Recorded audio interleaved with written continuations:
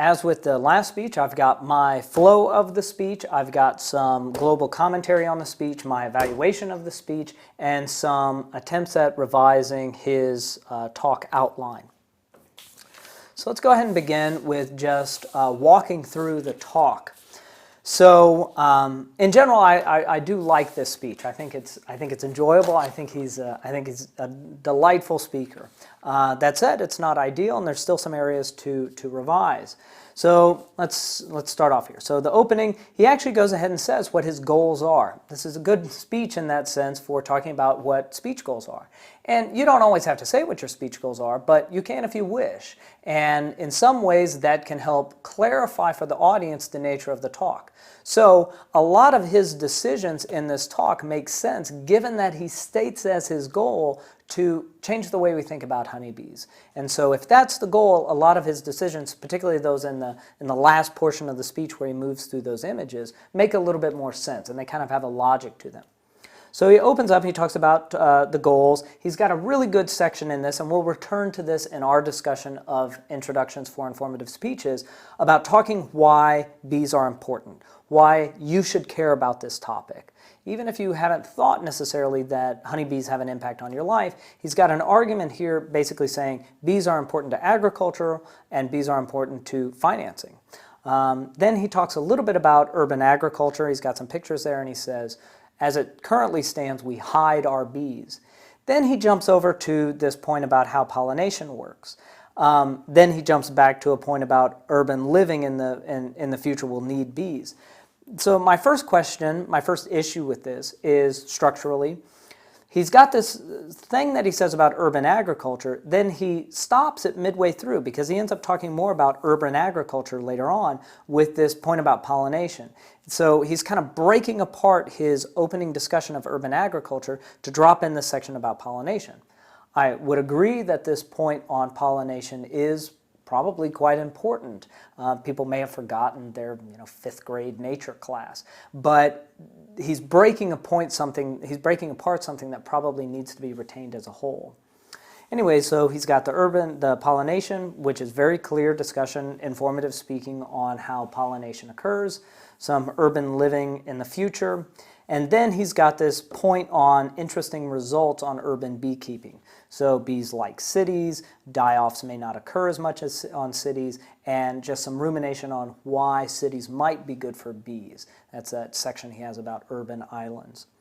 Then he sort of talks about, well, there's this larger crisis with regards to honeybees, the Varroa mite.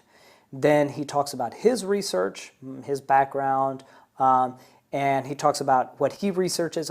He says, I research what makes bees healthier. He's got a nice contrastive point here. He says, here's what other people study in terms of understanding what makes them ill, but I don't do that. I look at what makes them healthier. And then he's got some good discussion, some funny discussion about working on immune boosters for bees. Then he's got this very large point on images of urban beekeeping. He talks about sample hives at the Fairmont Hotel and Classroom Hives Project, and beekeeping being illegal in New York City for a while, and then the red honey in Brooklyn, and the Paris urban beekeeping and the London urban beekeeping. And that's all this images point. I'll come back to this section, but I actually really like this point. And I didn't think that I would. When I first saw it, but I think it's sort of an innovative way of just providing a pretty holistic understanding of a topic, and he does such a good discussion with discussing each one of those case studies in a way that makes sense for the larger issue of urban beekeeping. So we'll return to this, but I really do like that point, and I think it works well, especially given his goal was to change how we think about beekeeping. And then he's got a very general conclusion where he says, once again, I wanted to change your perspective about honeybees, and he suggests other things that you might do, like go get a hive or something. So if I'm sort of organizing my comments in terms of invention, arrangement, style, and delivery, under invention, boy, there's some really great information in there, and he didn't leave much out, but this could probably have been edited a little bit better. There's probably some stuff that could be cut and or consolidated. So in terms of invention, there wasn't necessarily a lack, but there were a couple of points where he ended up having too much of a digression, I think. That speaks a bit to arrangement. The main thing I had on this speech, my main concern with this speech, as with the other one, was sort of an arrangement issue. This really did feel like it jumped around a great deal, and I didn't really get a strong sense of what the organizing logic was, what the flow of the speech was. Like I said, he takes this point on urban agriculture, jumps over to pollination, then jumps back over to urban agriculture. So you're kind of breaking a point what would probably be a coherent claim on its own. But I'll go ahead and mention this here. So I do like that snapshots of urban beekeeping, because when he gets into each one of those examples, he gives us the narrow example, but then he starts breaking it out in terms of how this impacts urban beekeeping as a whole. So the red honey point I thought was particularly good because he just has this picture of, in Brooklyn, some guy has red honey. But then he gets to say, oh, well, it's a very specific form of local honey production, and so they had gotten the pollen from this factory for cherries, and so that is what made this honey particularly, had made it that color. And then he sort of slides in this point about what's really neat about that is you can create honey really based on that tastes like the flowers of your area. Well, that's a really neat point, and it's a point that he wouldn't have wanted to make as, he would not have wanted to move into that idea from top down, right? So a main point wouldn't be you get to make honey that tastes like your local area. But that wouldn't make sense as a full standalone point. But because he's discussing it through this example, because he's discussing it more inductively, he gets into the specific details and then just makes this really interesting point. And I think he does it a lot in that snapshots point. So once again, I think that was an innovative response to the constraints of his topic and this audience. He came up with a way of giving us both breadth and depth in that final point through those pictures and through those snapshots. In terms of style, very engaging, a good sense of humor. We'll also speak a bit to this, but he doesn't necessarily have jokes. He just has to be funny. That's a nice thing about, in many cases, about public speaking and how public speaking is different from doing stand-up comedy. Stand-up comedy, you've got to write jokes, and if those jokes don't land, you are failed. But in something like this, in this type of presentation, he just gets to be funny. He just gets to make sort of slight asides, and the audience eats it up.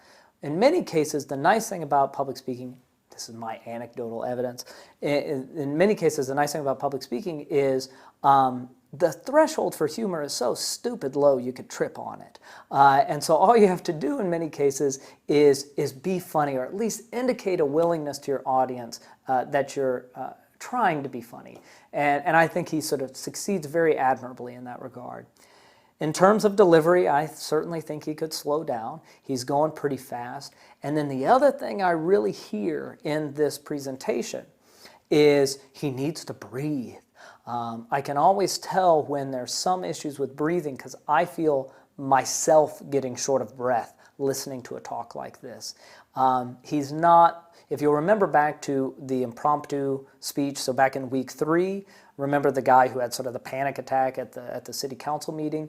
That's not what's happening here, but in some ways, many of the mechanisms are the same. He's not taking in a full breath of air, and he's not pushing all the air out when he speaks. So I do think he could probably breathe a little bit more and thus slow down.